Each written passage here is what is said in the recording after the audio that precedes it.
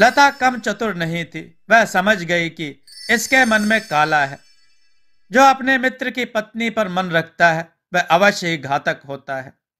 लता ने मन ही मन सोचा कि उसे देवदत्त के मन को और अधिक टटोलना चाहिए। इसलिए वह बोली, लेकिन मैं तो तुम्हारे मित्र की पत्नी हूं। क्या मित्र की पत्नी को तुम अपनी पत्नी बना लोगे? उसके साथ सुख से रह लोगे? क्यों नहीं? सोच लिया? बिल्कुल। अरे, वह बेचारा ना जाने अब कहाँ होगा। उस जैसा देवता मनुष्य तो स्वर्ग में चला गया होगा। इतना कहकर देवदत्त ने लता को पकड़ लिया। लता ने देवदत्त को खूब टटोला। उसने उसे अपने हाथ से शराब पिलाई। वह शराब पीकर कुछ उन्मत्त हो गया। फिर भी वह सचेत रहा। इस बीच बातों ही बातों में लता समझ गई कि देवदत्त ही वैभव का हत्यारा है। फिर भी उसने अपने पति की तरह धैर्य को नहीं खोया। उसने तय किया कि अभी उसे देवदत्त को प्यार का वास्ता देकर बहलाना चाहिए, क्योंकि यहाँ सारे के सारे आदमी देवदत्त के हैं। देवदत्त उससे जबरदस्ती विवाह कर सकता है। इसलिए उसने देवदत्त से कहा, देवदत्त, मैं इस राज को राज रखूंगी और अपने देश पहुंचते ही तुमसे विधिवत विवाह करूंगी। इस तरह विवाह करके मैं इन दासों के सामने लज्जित व उल्टा नहीं बनना चाहती। यह मेरी इज्जत का सवाल है। बड़ी देर के बाद लता ने देवदत्त को समझा लिया। स्वयं देवदत्त उसकी बातों में आ गया। जहाज चल रहा था। देवदत्त बड़ा ही खुश नजर आ रहा था। वह मन ही मन सोच रहा था कि उसे अपार धन और सुंदर युवती दोनों ही मिल गए। वह बड़ा ही भाग्यशाली है। विशाल सागर लहर मार रहा था। ऊंची ऊंची लहर उठकर डरा रही थी। थपेड़े वैभव को गिरा गिरा कर पीड़ा दे रहे थे। लेकिन वैभव ने उस पर्चे को स्मरण कर लिया। धैर्य और साहस नहीं खोना चाहिए। यह सोचकर वह तैरता रहा। उसे प्राणायाम करना आता था। वह निर्जीव होकर पानी पर सो गया। पानी की लहरें उसे उछालती पटकती एक नगर के पास ले गई। नगर के महल में दीपक जल रहे थे। वैभव को कुछ साहस बंधा। उसने सोचा कि वह अब शीघ्र ही किनारे तक पहुंच जाएगा। इसी बीच एक भयानक लहर उठकर आई। उसके साथ कोई व्हेल मछली। मछली को देखते ही वैभव डर गया। मछली ने वैभव को एक पल में निगल लिया। कितना बड़ा दुर्भाग्य था। वैभव मछली के पेट में भी सांस रोककर पड़ा रह गया, जैसे वह मृत हो। तभी कुछ मछुआरों ने उस मछली को पकड़ लिया। उसको घर ले जाकर जैसे ही चीरा, वैसे ही उन्हें वैभव दिखाई दिया। एक पल के लिए वे कांप गए। फिर उन्होंने बड़े ही ध्यान से उसे बाहर निकाला। बाहर निकालते ही उसकी सूचना उन्होंने अपने नेता को दी। उनका नेता आया। उसने वैभव को कोई जड़ी बूटी सुंघाई। उससे वैभव को चेतना आ गई। वैभव के सामने एक लंबा तगड़ा मछेरा खड़ा था। वह बोला, भाई, तुम कौन हो? उसने कहा, मैं एक व्यापारी हूं। जहाज पर व्यापार करने निकला था, पर समंदर में तूफान आ गया और मेरा जहाज डूब गया। फिर मुझे एक मछली निगल गई। उस मछली के बाद आप सब कुछ जानते ही हो, श्रीमान। नेता ने झट से कहा, तुम्हें हमारे साथ हमारे राजा के पास चलना पड़ेगा। क्यों? क्योंकि ऐसा हमारा नियम है। चलो भाई, पता नहीं अब भाग्य कहां कहां चक्कर कटाएगा। वह नेता उसे वहां के राजा के पास ले गया। उनका राजा भी कोई मछेरा था। वह बहुत ही सुंदर वस्त्र पहनता था। उसके सर पर मुकुट था। राजा को वैभव ने प्रणाम किया। नेता ने सारी बात बताकर कहा, महाराज, हम अपने राज्य के नियम अनुसार इसको यहां ले आए हैं। अब आप जाने। और यह। राजा ने वैभव को गौर से देखा। फिर पूछा, तुम कौन कौन सी विद्या जानते हो? मैं हर विद्या जानता हूं। क्या तुम कर वसूल कर सकते हो? क्यों नहीं? लेकिन एक पल राजा ने सोचा। पहले मुझे तुम एक बात बताओ, क्या तुम यहां रहना चाहते हो? वैभव ने दर्द भरे स्वर में कहा, मेरे पास कुछ भी नहीं है। ऐसी दीनता लेकर मैं कहीं जाना भी नहीं चाहता। राजा ने उसे अपने यहां रख लिया। वैभव कर वसूली करने लगा। उसने कर वसूली के कुछ नए नियम बनाए। उसकी व्यवस्था से सभी लोग प्रसन्न हो गए। उसने सागर तट पर आने जाने वाले जहाजों पर कर लगा दिए। एक दिन की बात है, वैभव एक बस्ती में गया।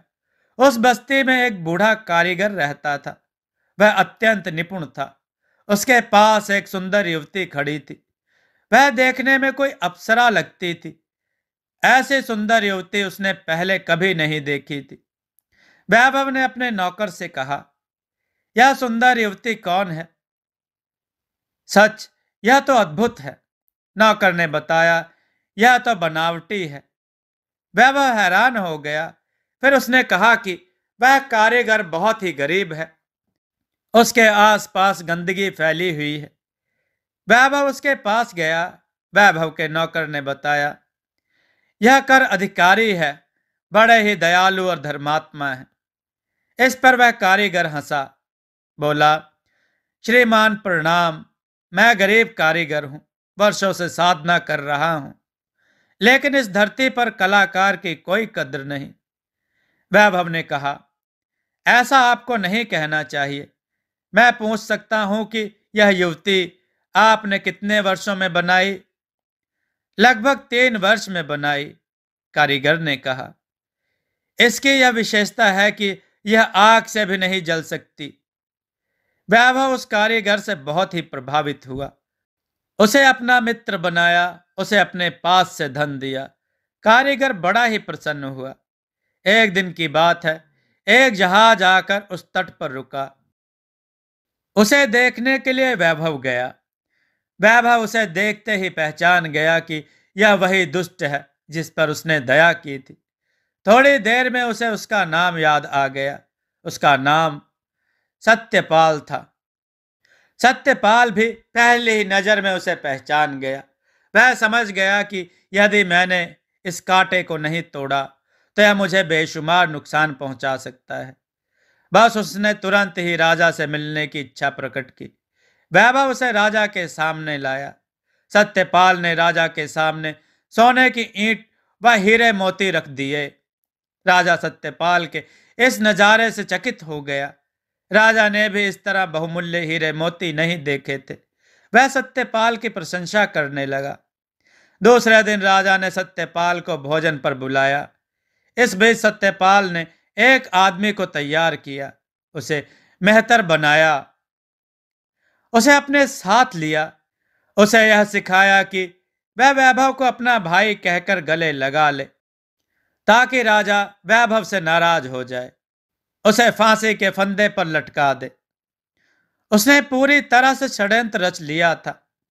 दूसरे दिन सत्यपाल राजा के महल में आया। वैभव और राजा उसका स्वागत करने के लिए आए। एकाएक उसे मेहतर बने आदमी ने वैभव को देखकर कहा, अरे मेरे बड़े भाई, तो इतने बरस कहाँ था? हम तो तुम्हें ढूंढते ढूंढते पागल हो गए। अपनी मां तो रोते रोते अंधी हो गई। राजा आश्चर्य में डूब गया। वैभव भी हतप्रभ रह गया। उसके समय में कुछ भी नहीं आया। तभी सत्यपाल ने कहा, महाराज, यह मेरा मेहतर है। यह आपका कर अधिकारी इसका भाई है। देखिए, दोनों कितने प्रेम से मिल रहे हैं। राजा का पारा चढ़ गया। इसी बीच वैभव भी समझ गया कि यह सब सत्यपाल की चाल है। वैभव ने साहस नहीं छोड़ा। उसने कहा, महाराज, मैं इसका भाई नहीं हूं। मेहतर कहने लगा, यह झूठ बोल रहा है। वैभव सिर पकड़कर चला गया। मित्रों, आपको यह कथा कैसी लग रही है कमेंट में जरूर बताएं और देववाणी चैनल के साथ बने रहें। चैनल को सब्सक्राइब जरूर करके रखें। कथा को बिल्कुल भी लाइक करना ना भूलें। वैभव समझ गया कि यह सब सत्यपाल की चाल है। उसने साहस नहीं छोड़ा। महाराज, मैं इसका भाई नहीं हूं। मेहतर कहने लगा, यह झूठ बोल रहा है। वैभव सिर पकड़कर चला गया। उसने तुरंत ही अपने नौकर से कहा, चेतन, तुम कारीगर के पास जाओ और उसी चमड़ी का हाथ का खोल ले आओ। उसे कहना, हाथ आग में जलना नहीं चाहिए। चेतन भागकर कारीगर के पास गया। उसने सारी स्थिति बताई। कारीगर ने हाथ का दस्ताना दे दिया। इस बीच राजा ने सत्यपाल से मिलकर यह फैसला कर लिया कि वह वैभव को फांसी लगा देगा, क्योंकि उसने उसका धर्म भ्रष्ट किया है। वैभव आया। वह मेहतर बने आदमी के गले लिपट कर रोने लगा। तो मेरा सगा भाई, प्यारा भाई है, दुलारा भाई है। राजा का क्रोध बढ़ गया। वैभव ने कहा, महाराज, मुझे फांसी के फंदे पर चढ़ना ही है। मरने के पहले मैं आपको अपना खानदानी करिश्मा दिखाना चाहता हूं। क्या हम आग में नहीं जलते? वैसे मेरा भाई आग की लपटों से हंसते हंसते गुजर सकता है, और मेरी सिर्फ दाईं हथेली नहीं जलती। वह क्यों? इसलिए कि मैं बहुत झूठा हूं। झूठा? राजा चौंका। मैं तुम्हारा मतलब नहीं समझा। साफ साफ कहो। इस पर वैभव ने कहा, अन्नदाता, मैंने जीवन में हजारों बार झूठ बोला है। इस झूठ के कारण मेरे शरीर की ना जलने वाली शक्ति लोप हो गई है।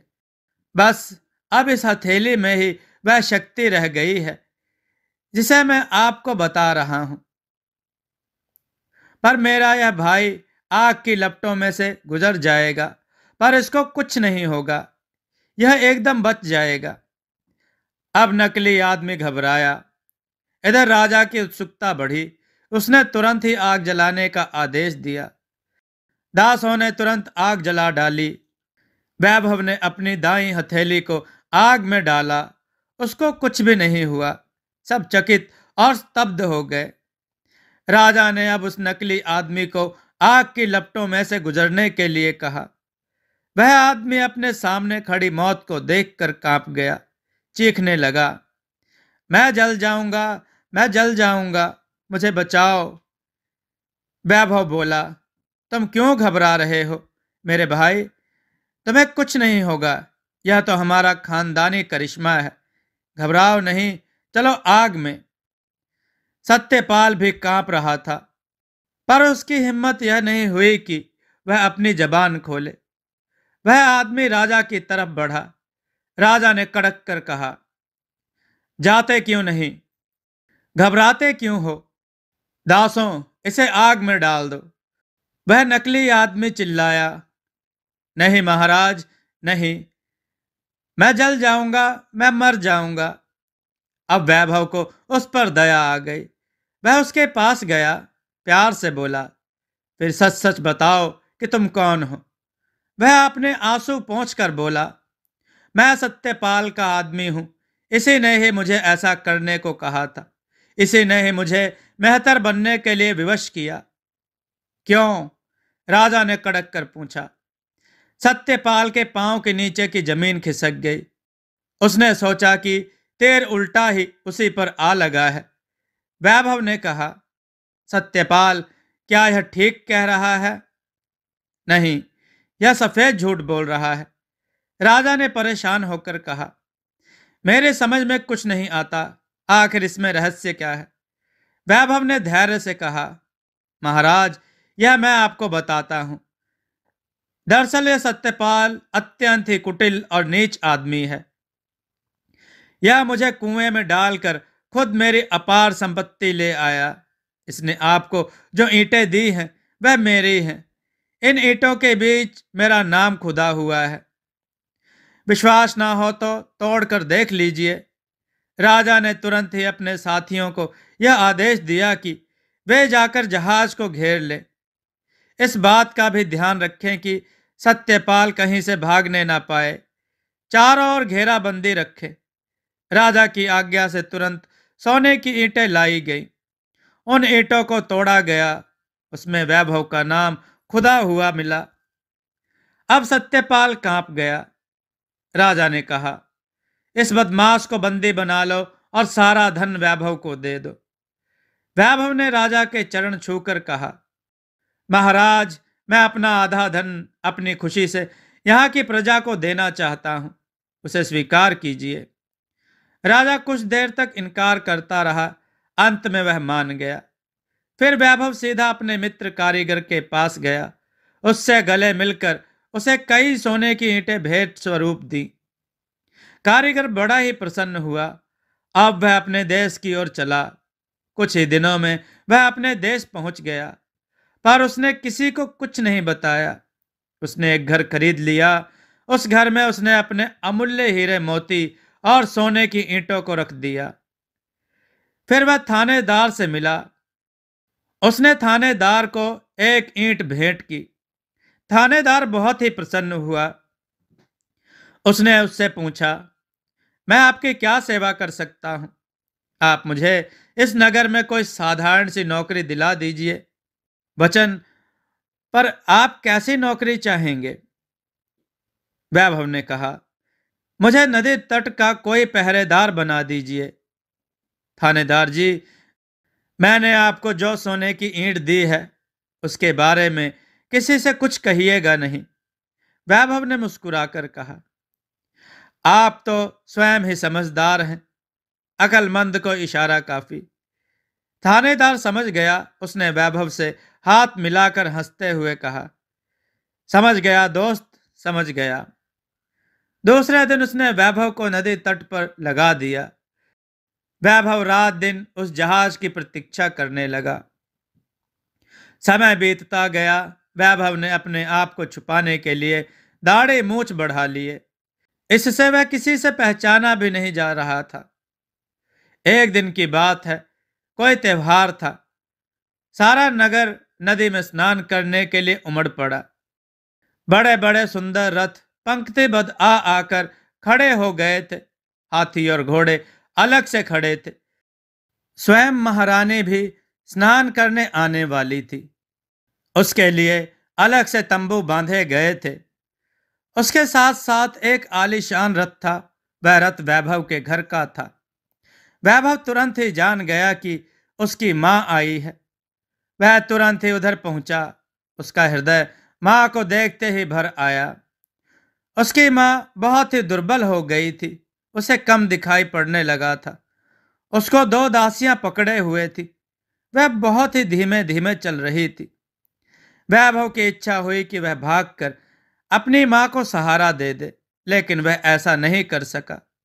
स्त्रियां नदी में नहाने लग गई थी। नदी का प्रवाह तेज था। हल्की फुल्की चीजें पलक झपकते बह जाती थी। कई स्त्रियों के तौलिए बह गए। कुछ एक की साड़ियां देखते देखते गायब हो गई, पर वैभव की निगाह अपनी मां पर जमी हुई थी। एकाएक एक युवती ने आकर कहा, श्रीमान जी, क्या आपके कोई मां बहन नहीं है जो आप इन नारियों को घूर घूर कर देख रहे हैं? वैभव ने झट से कहा, श्रीमती जी, मैं अपनी मां को ही देख रहा हूं। पर मैं श्रीमती जी नहीं हूं, वह कड़क कर बोली। तब मुझे आप क्षमा कीजिए। इस बीच जोर का शोरगुल मचा। आवाज आई, कोई बह गया, बचाओ बचाओ। वैभव ने देखा तो उसके होश उड़ गए। जो बह रही थी वह तो उसकी मां है। वह धड़ाम से नदी में कूद पड़ा। उसने तूफानी वेग से तैरना शुरू किया। थोड़ी ही देर में उसने अपनी मां को पकड़ लिया। उसे लेकर वह किनारे पर आया। प्रारंभिक उपचार किए। मित्रों, आपको यह कथा का भाग कैसा लगा कमेंट करके बताएं। वीडियो को लाइक करना ना भूलें। मित्रों, दोस्तों, आपको यह कथा कैसी लगी अपने विचार और सुझाव कमेंट में जरूर दें। हमारी कथाओं को लाइक करें, हमारे चैनल को सब्सक्राइब करना ना भूलें। हमारी कथाओं को शेयर जरूर करें जिससे लोगों को अच्छा ज्ञान प्राप्त हो। जय श्री राम भक्तों।